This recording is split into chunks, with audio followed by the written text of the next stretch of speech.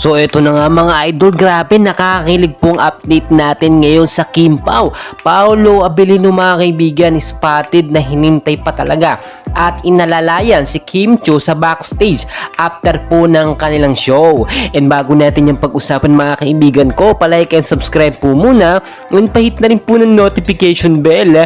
Maraming salamat po mga kaibigan, marami ang kinilig, no? Napaka-gentleman po talaga ni Paolo Abilino at kitang-kita nyo naman, no, backstage po, no, pagkatapos at wala ng camera mga kaibigan ay talagang sinusundo o hinihintay ni Paolo Abilino itong si Kim Chiu at sabay po silang lumalabas.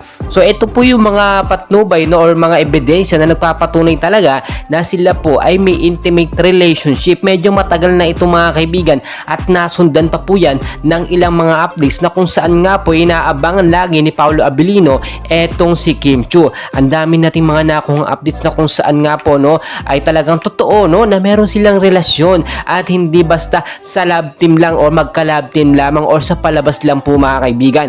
May ilang updates tayo na nagsasabi din mga kaibigan na eto nga po si Paolo, no, ay namamanhika na, no, at talagang may plano ng mag-propose at pakasalan etong si Kim Chiu. So meron naman silang mga updates na nagpapakasal na pero yun po sa movie lamang. Pero ayon sa ating mga nakuhang updates ay tototohanin daw po yun nitong si Paolo Abilino. Ibang klase po kasi ang wedding event na yun para sa kanila mga kaibigan. Sobrang nakakilig, no? Parang tunay na tunay po at parang sa talagang kinakasal sila mga kaibigan. So yung mga Kim Pao updates, napakarami nating kaganapan. Inaabangan din po natin yung pagpunta sa ibang bansa nito nga pong si Kim Pao para pasayahin po ang ating mga kababayan, no? Kaya naman eto pa lamang, no, sa mga movie, yung mga kissing scene nila, sobrang nakakilig na at talagang wala tayong maitatanggi. Talagang sila ay bagay na bagay po sa isa't isa. Well mga kaibigan ko, napakaraming pa pong kaganapan. So dyan lamang po kayo. Please huwag niyo pong kalimutan mag-like and subscribe for Kim Pao updates. Maraming salamat po.